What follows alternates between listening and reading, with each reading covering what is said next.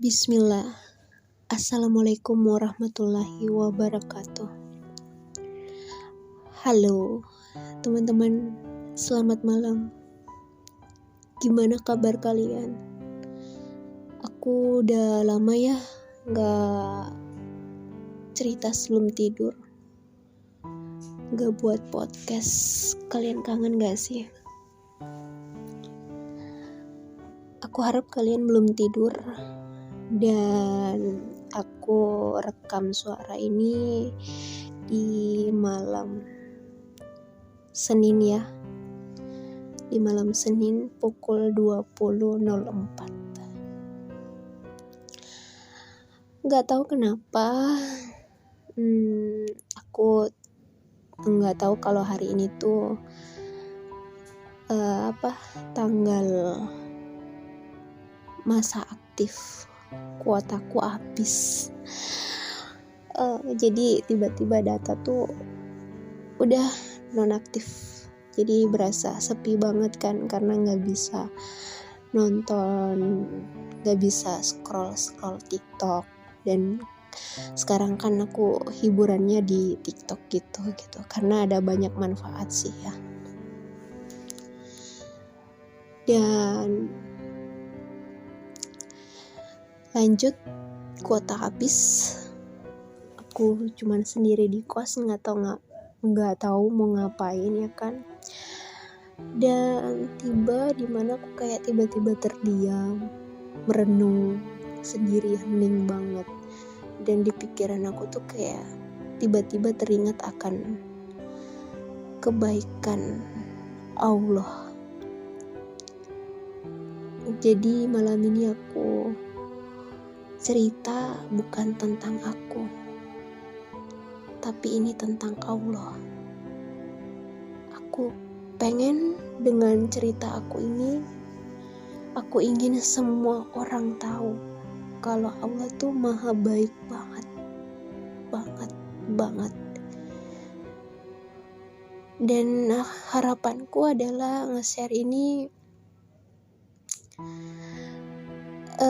Sebelum itu aku mau bilang, orang yang aku yakin banget suatu saat siapapun itu kalian yang ngedengerin podcast aku ini adalah orang-orang pilihan. Ya, aku cuman bisa bilang gitu. Mereka adalah orang-orang pilihan dari Allah untuk mendengarkan podcast aku ini. Lanjut. Dan aku pengen, harapan aku itu cerita ini, aku pengen semua orang tahu kalau Allah tuh maha baik banget. Jadi aku nge-share ini bukan karena aku gimana, tapi aku pengen semua orang tahu. Karena aku yakin ada banyak orang juga yang mungkin karena ujian hidupnya udah terlalu udah terlalu berat sampai dia bukannya tetap berpikir positif sama Allah tapi malah menyalahkan Allah gitu. Dan aku harap orang-orang yang seperti ini, bisa dengar podcast aku ini. Oke, lanjut ya. Podcast ini tentang Allah. Malam ini aku merenung dan tiba-tiba memikirkan beberapa hari ini yang terjadi sama aku. Aku menyebutnya ini adalah keajaiban ya. Aku gak ngerti dan aku gak paham. Tapi ini sebagian hal kecil aja, tapi aku ngerasa ini tuh wow gitu.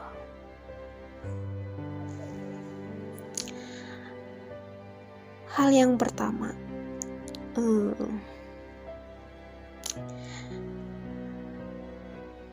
mungkin aku akan cerita dengan sedikit hal yang aku lakukan, karena emang gimana ya, tapi itu bukan aku, tapi karena Allah ya. Jadi lanjut. Beberapa bulan yang lalu aku beli baju sama temen aku, teman kerja. Dia beli baju ada 3 lembar gitu dan 1 celana kain ya, karena semua ukurannya dia nggak cocok, kekecilan. Ya udah, sama dia dijual sama aku 100.000 dapat 4 lembar. Oke, aku beli 3 lembar baju, cocok muat sama aku, pas 1 celana kainnya itu kegedean.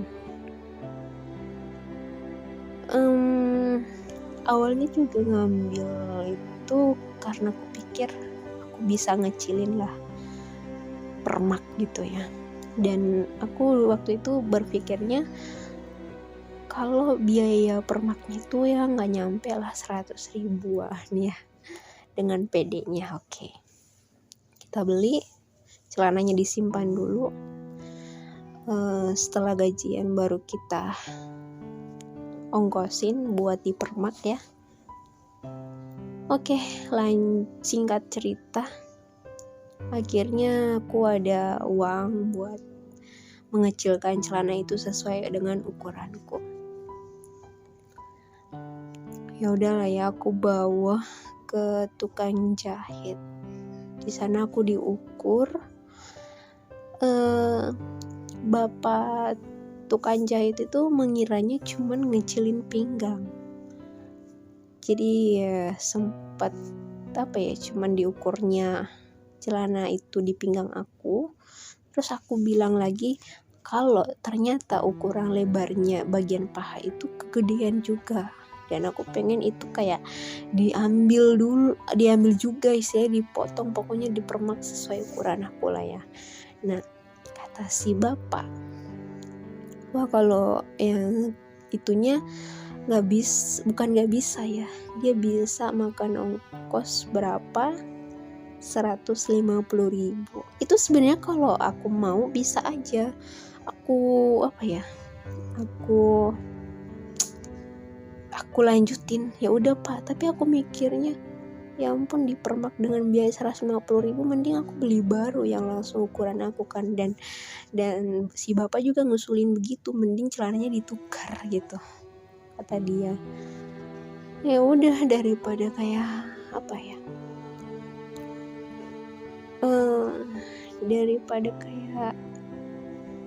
ya udahlah ya. Dan masih bapak juga aku lihat kayak nggak mau ribet orangnya, karena kalau permak itu ya susah lah ya, maksudnya ribetnya, dan kayak harus dibongkar dulu jahitannya kayak gitulah. Dan sekilas aku keinget sama teman kerjaku yang aku rasa tuh dia udah baik banget sama aku gitu. Dia sering bantu aku dan nggak tahu kenapa ngerasa tuh kayak ada utang budi aja gitu sama dia. Nah, aku kepikirannya ke dia karena dia orangnya berisi gitu ya. Jadi kayak aku rasa ini celana cocok deh buat dia gitu. Aku nggak usah nyebut nama ya teman-teman. Intinya dia seorang perempuan, dia non muslim. Oh iya, buat itu aja, buat Mbak R, aku sebutnya aja ya Mbak R. Buat Mbak R aja ya, karena ngerasanya juga dia udah sering banyak ngebantu aku lah pokoknya. Jadi kayak ngerasa ada utang budi, dan gak tau kenapa ya, cuman berpikirnya itu oke. Dan karena sekarang juga udah paham soal ini sih, maksudnya kalau pakaian banyak terus kayak yang udah gak kepake disimpan terus di lemari gak kepake, itu nanti di akhirat kita dimintai pertanggungjawabannya gitu loh. Jadi alangkah baiknya ketika ada pakaian yang menurut kalian udah gak layak pakai, maksudnya bukan udah gak layak sih, tapi lebih, ini maksud aku, maaf ya, bukan gak layak pakai, tapi kayak kalian udah gak mau pakai gitu, daripada kesimpan terus di lemari mubazir ya kan, nambah-nambahin dosa, mending kasih sama orang-orang yang membutuhkan gitu. Nah, aku berpikirnya juga tentang itu. Atau paling enggak apalagi baju-baju yang bagus-bagus pakai sholat, itu lebih baik lagi tuh kalau baju baru dipakai sholat. Jadi aku udah kayak dapat pelajaran tentang hal itu juga sih. Jadi kayak nggak tahu ya, enak aja gitu, mudah aja rasanya gitu, ringan, kayak nggak berat hati pengen ngasih itu ke Mbak R gitu, kayak senang aja. Jadi kayak ngerasa setelah ngasih itu tuh kayak utang budinya tuh ya terbayar lah ya, kurang lebihnya kayak gitu perasaan aku. Oke. Dan singkat cerita, keesokan harinya berangkat kerja, ya tentu aku ngasihnya, aku nggak mau ada teman-teman yang lain yang ngeliat. Jadi di ruangan itu ada dia, aku masuk lah ya udah aku kasih diam-diam, karena paham lah ya, nanti bakal ada yang namanya kecemburuan sosial, gimana sih ya gitulah, dan aku menghindari itu gitu. Ya udah aku kasih, Mbak R, ini buat Mbak R gitu. Nggak tahu emang orangnya dia gimana ya, malah niat dia pengen ngebeli celana itu. Jadi aku bilang nggak usah, ini aku bilang aja ini bukan dari aku, ini dari Allah ya, ini buat Mbak R, terima, pokoknya pakai, coba aku mau lihat. Masya Allah cocok dan pas. Jadi bener-bener aku ngasih tuh kepada orang yang tepat sih, kalau aku bilang ya, ngasihnya ke orang yang tepat. Dan Mbak R itu kalau kita kasih sesuatu sama dia sangat menghargai, menerima barang itu. Jadi aku pun ketika memberi sama orang, dia senang, aku senang juga ngasihnya gitu loh. Ada rasa rasa senang tersendiri ya nggak sih. Jadi kerennya Mbak R itu, dia nggak pernah gimana ya, ketika dikasih sesuatu dia nerima, terbuka banget menerima pemberian orang. Jadi itu caranya dia menghargai gitu. Dan aku soal itu tuh kurang lebih sama kayak dia. Jadi kalau aku pribadi ya teman-teman, karena ada juga orang yang kayak ketika memberi itu dia menolak dengan alasan biar mungkin dia berprinsip lebih baik tangan di atas daripada tangan di bawah gitu. Dan ada juga yang berprinsip baiknya kasih sama orang yang membutuhkan, bukan sama kita. Tapi gimana ya, aku lebih ke ini sih, maksudnya ngasih, kita dikasih nih sama orang, ya udah kita terima dengan niat kita menghargai pemberiannya gitu. Nah, soal itu cocok buat kita atau enggaknya, ya udah nanti kalau emang kita ngerasanya oh ini barang nggak aku butuhkan, kita kan bisa kasih lagi ke orang yang lebih membutuhkan kan. Paling enggak kita menghargai dulu pemberian orang itu gitu. Itu sih yang aku kayak, ya itu pemahamanku sendiri gitu. Karena aku juga ngelihat ketika orang memberi kita sesuatu dalam bentuk hadiah juga, itu rezeki kita dari Allah gitu. Dan ada mami, cuman ada bedanya ya, ketika ini yang ajarin aku tuh mami, kalau orang memberimu sesuatu dalam bentuk tawaran, contoh kamu mau cobain ini nggak? Contoh dia mau ngasih makanan tapi masih dalam bentuk tawaran. Nah itu bisa kita tolak, maaf ya aku sudah kenyang. Nah itu kalau bersifat tawaran ya, jadi nggak selalu kita bisa nolak gitu, maksudnya kita bisa nerima. Kalau dia orang itu cara memberinya dalam bentuk tawaran, itu masih bisa kita tolak. Tapi kalau orang itu bilang, ini aku ada hadiah buat kamu, ada kata buat kamu, itu yang menurut aku emang harus diterima, nggak boleh ditolak gitu, karena ada kata buat kamu kayak gitu. Jadi bisa dibedakan ya teman-teman, pemberian yang masih bisa ditolak sama yang nggak bisa ditolak. Kalau pemberian yang masih dalam bentuk tawaran itu masih bisa ditolak, tapi kalau langsung bilangnya ini buat kamu gitu, kayak gitu. Dan itu aku dapat ilmunya dari mami dan aku nerima gitu, memang benar gitu. Oke lanjut, ya udahlah ya, Mbak Ernya senang langsung dipakai. Dan di situ aku bilang, Mbak Er, bisa minta tolong nggak celana ini buat Mbak Er, jangan bilang ke anak-anak yang lain ya, takut ada kecemburuan sosial gitu. Cuman diiyain. Dan alhasil pas dia masuk ke ruangannya, aku sempat denger, langsung dikasih tahu dong teman-teman yang lain. Dan sedikit sedihnya sih di situ ya, karena aku ngerasa ya teman-teman yang lain ngenilainya malah pilih kasih atau apalah, tapi ya mau gimana, udah terlanjur ya udahlah ya, kita skip soal itu. Celana itu sebenarnya bisa aku jual kan, bahkan pada saat aku mau kasih ke Mbak R, dia malah niatnya mau beli. Tapi di situ kayak aku udah, ya Allah, aku ngasih buat Mbak R karena emang bukan ukuranku gitu, jadi buat apa sih dijual gitu, udah.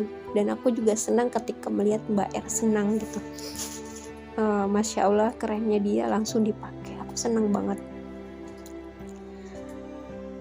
Ya udah gitu, kayak los aja gitu, kayak senang aja, senang banget malah.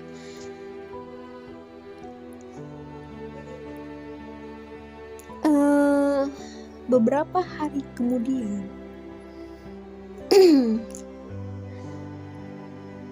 Allah, di sini nih, Allah mengganti celana yang aku kasih ke Mbak R. Menggantinya itu melalui bos aku yang super baik, cantik, perfeksionis, bijaksana, cantiknya Masya Allah. Iya, melalui dia dibeliinnya celana kain baru yang ukuran aku pas banget. Dan kalian tahu juga, bukan cuman celana, tapi baju juga. Jadi itu sepasang dong. Gila gak sih? Itu poin pertama yang aku bilang, Allah tuh maha baik banget. Ketika kita memberi atau mengeluarkan sesuatu yang udah gak kita pakai, kita ngerasa itu udah bukan buat kita kasih ke orang yang membutuhkan, orang yang tepat, ntar Allah langsung ganti. Itu aku udah rasain, dan itu cuman makan waktu kurang lebih 2-3 hari itu. Aku gak ngerti lagi di situ, sampai kayak, ya Allah, baik banget Allah tuh. pinggangnya, dari segi pinggangnya yang benar-benar celana kain baru, baju baru, jadi sepasang. Gila gak sih? Kerennya Allah tuh gini loh. Di sini aku akan banyak bicara, nggak peduli ini durasi bakal panjangnya gimana. Yang penting aku kayak nge-share cerita ini. Aku ngasih ke Mbak R cuman celana besti, dan Allah kasih lebih dari itu. Aku dikasihnya celana kain baru dan baju baru, dan itu melalui bos aku.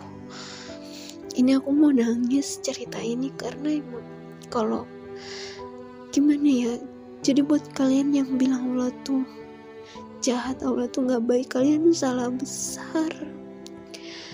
Allah tuh maha baik, sumpah.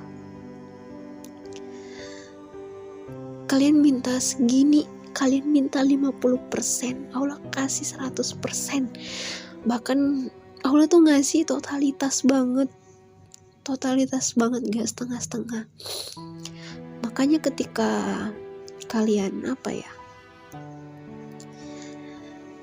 ketika kalian meminta sesuatu juga yang kayak bener-bener kayak pengen jodoh yang terbaik, super duper gitu kan, impian, ketika kalian ngerasa lama itu dikabulin, please jangan bilang lama, tapi itu caranya Allah buat kita bagaimana melihat kesabaran kita. Terus juga Allah tuh ngasihnya totalitas, nggak setengah-setengah. Itu satu. Dan dari kejadian itu aku paham lagi nih, nggak tahu kenapa ya, aku tuh suka memikirkan sesuatu yang kayak kata gini, kata Bang Andi ya, channel YouTube yang membawa ilmu makrifat gitu, nama channelnya Andi Firmansyah. Dia bilang begini, baca perintah Allah, ikuti perintah Allah, kayak gitu. Dan setelah aku dapat ilmunya itu, aku coba menerapkan itu. Aku coba kayak pakai metode bertanya sama Allah. Nah, setelah aku tanyain sesuatu itu sama Allah, ntar Allah kasih jawabannya tuh dalam bentuk kejadian. Nah, dari kejadian itu setelah terjadi, aku nggak tahu kenapa tiba-tiba langsung paham maksudnya Allah. Oh, ini maksudnya. Nah, di soal celana ya, itu bisa aku perumpamain juga soal kepasangan gitu. Soal pasangan ya, gambarannya kan celana aku kasih ke Mbak R, istilahnya aku mengikhlaskan, aku memberi kan ke orang yang ini gitu celana itu, karena aku sama celana itu nggak cocok, ya nggak sih? Nah ya kan, contohnya pasangan oke. sama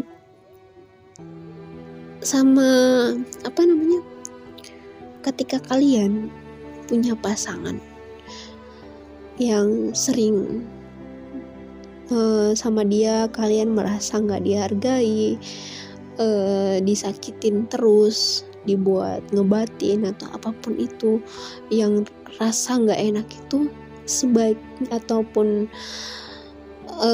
dia ketahuan selingkuh atau apapun itu, ikhlaskan.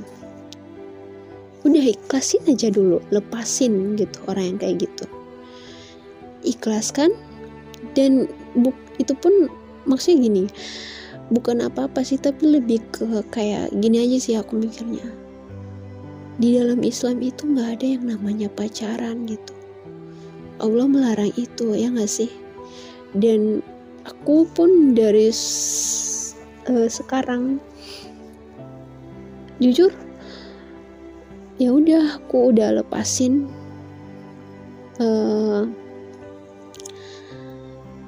seseorang itu buat wanita lain. aku udah lepasin, aku udah ikhlasin, karena emang kayak ngerasa nggak cocok banget gitu ya. Dan yang kedua juga aku pengen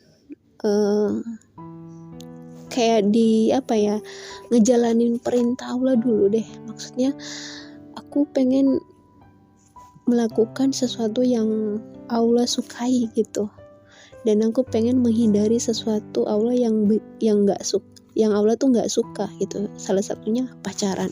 Allah nggak suka gitu yang namanya pacaran kan. Ya udah, aku udah ikhlasin ya Allah. Oke, yang penting kita di jalannya Allah aja dulu udah. Ntar hasilnya gimana udah itu urusan Allah gimana ya. Dan aku yakin ketika aku udah di jalan yang benar, aku mengikuti perintah Allah ini, pasti suatu saat Allah akan ngasih lebih dari apa yang aku mau gitu. Karena kan emang aku tuh pengen pria yang udah aku lisih. Aku mintanya itu yang seperti orang Aceh itu sih. Namanya dia itu Muhammad Fikra. Itu idaman banget. Aku mintanya sama lo tuh yang kayak gitu. Dan aku yakin ya perumpamannya kayak itu aja. Ntar gantinya malah dikasihnya nanti lebih, aku yakin. Jadi perumpamannya kayak celana yang aku kasih ke Mbak R, dikasihnya sama Allah lebih, dapatnya celana baru, baju baru. Ya Allah, Allah tuh maha baik banget.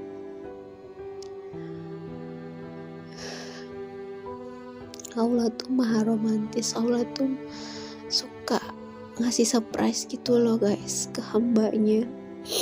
Dan itu udah aku sering ngalamin gitu. Dan mungkin aku akan sering-seringnya menceritakan sesuatu yang aku rasa tuh kayak ajaib banget yang kejadian dalam hidup aku gitu. Dan itu tentang Allah, bukan tentang aku.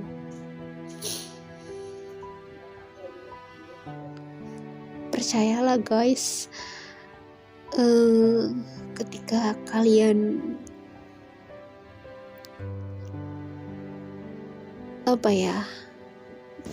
dan aku mau bilang lagi nih, nggak tahu kenapa tuh ya,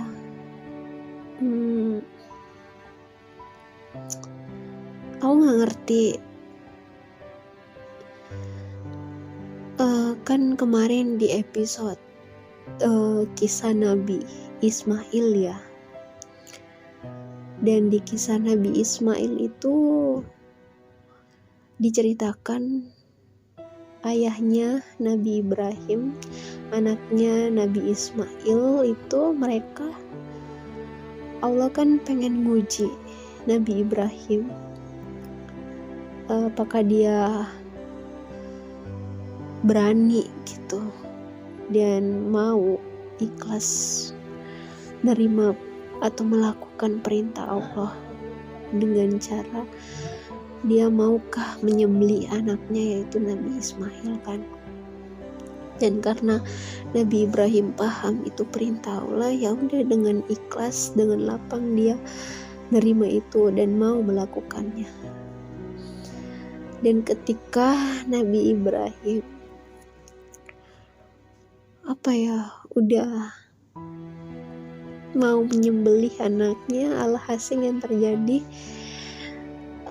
goloknya itu tiba-tiba tidak bisa, tiba-tiba tidak tajam gitu ya, jadi nggak bisa menyembelih anaknya gitu. Dan dari situ aku ngerasa Allah tuh kayak bilang sama aku gitu,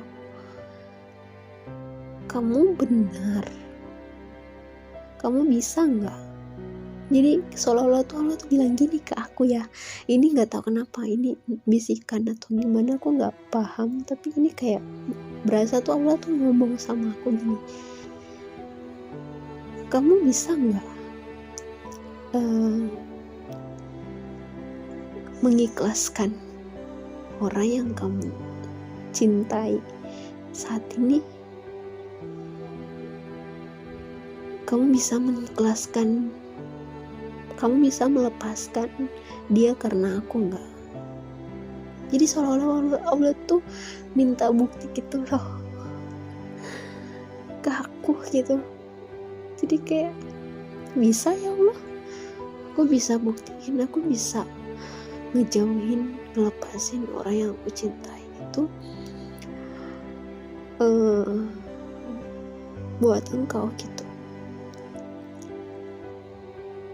Nggak tahu kenapa ada rasanya tuh kayak aku tuh, Allah tuh sayang banget sama aku, ada rasa itu. Dan Allah pengen lihat, dan Allah pengen lihat aku bisa nggak memilih Allah, mengikhlaskan orang-orang yang aku cintai gitu.